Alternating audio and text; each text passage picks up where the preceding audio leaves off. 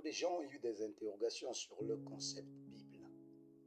Le mot Bible désigna d'abord le recueil des écrits sacrés de la religion juive. Puis, quand le Nouveau Testament eut été constitué, il fut appliqué à l'ensemble des saintes écritures, documents normatifs de la religion chrétienne et plus spécialement des églises issues de la Réforme.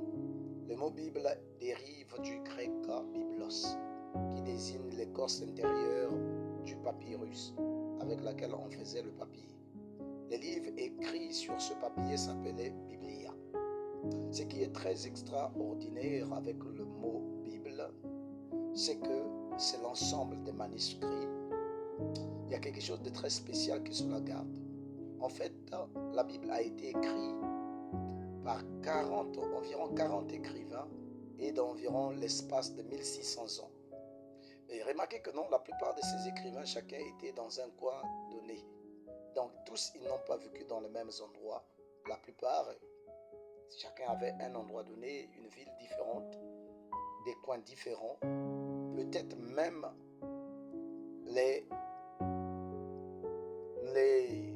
le continent différent. Mais chacun avait un point donné, ou encore chacun devait écrire quelque chose concernant la parole de Dieu. Et quand on amenait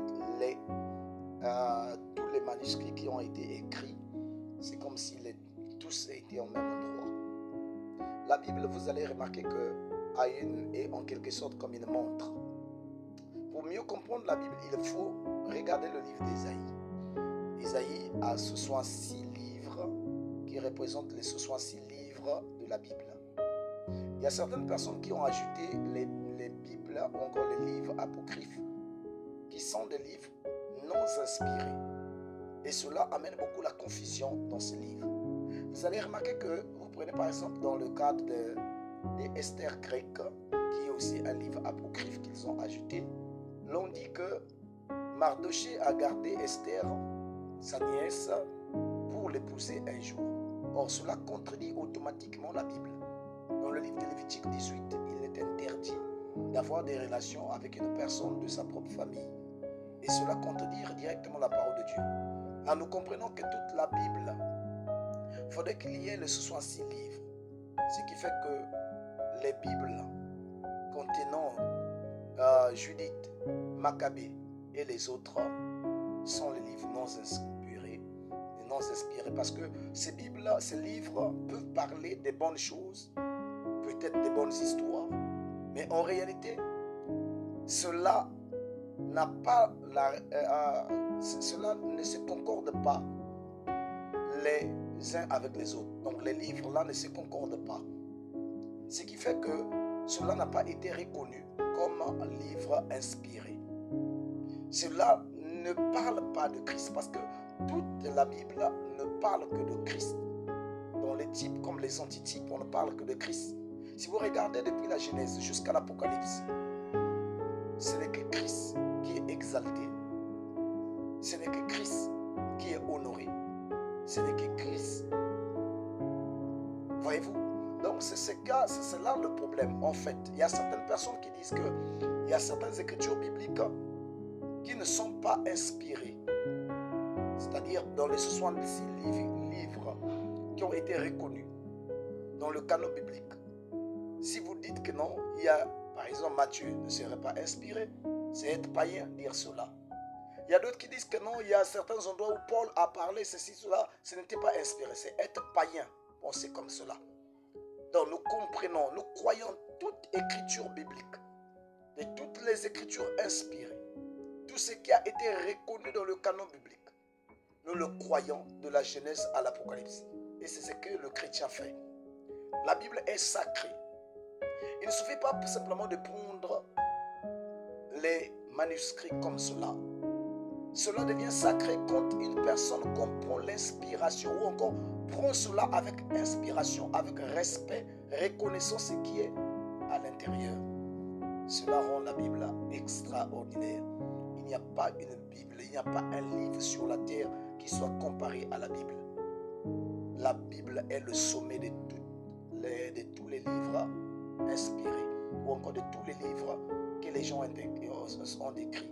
Les autres sont que des œuvres littéraires ordinaire, mais la Bible est sacrée. Les gens diront que non, mais vous laissez la Bible à tout le monde. Oui, c'est la parole de Dieu. Le but de cette Bible, c'est que ça arrive chez tout le monde. Car la Bible dit, Dieu a tant aimé le monde qu'il a donné son Fils, afin que quiconque croit en lui ne périsse point. Quiconque, c'est-à-dire n'importe quelle personne, peut avoir l'occasion de reconnaître la Bible, de recevoir la Bible, parce que c'est la parole de Dieu et donnée à tout le monde. La Bible est différente des livres magiques qu'on appelle par les livres ésotériques, qui ne sont pas donnés, qu'on ne donne pas l'occasion à tout le monde de lire. Mais la Bible est donnée à tout le monde, parce que Dieu est venu pour tout le monde. Tous ceux qui peuvent recevoir Dieu, c'est qu'ils étaient dans l'économie de Dieu pour recevoir la parole de Dieu. Nous croyons en la Bible. Les autres là, tout est faux en dehors de la Bible. Car il est écrit que toute parole d'homme soit considérée comme mensonge, que seule la parole de Dieu est la vérité. Et nous le croyons comme cela. Ayez votre Bible, même si vous ne maîtrisez pas, vous ne savez pas lire, même si tu as des difficultés pour lire, tu dois croire en la Bible. Tu dois avoir ta Bible. Un chrétien doit avoir sa Bible.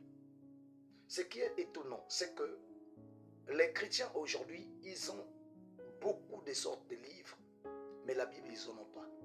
Ils ont le livre de philosophie, histoire, géo, et divers livres. Mais pour avoir la Bible, c'est tout un problème. Ça, c'est un problème que vous avez. Ça fait partie des signes. Non, je ne parle pas de votre téléphone. Je parle de la Bible, parce que dans le téléphone, vous pouvez mettre tout. Dans le téléphone, vous pouvez mettre tout ce qui est du monde, tout ce qui est tout ça. Tout peut rentrer à l'intérieur. Mais la Bible reste la Bible. C'est important d'en avoir et nous croyons en cette Bible bénite. Que Dieu vous bénisse. Ayez votre Bible. Chacun doit avoir sa Bible. Lisez la Bible. Lisez au moins un chapitre. Un chrétien véritable lit environ au moins un chapitre par jour. Que Dieu vous bénisse.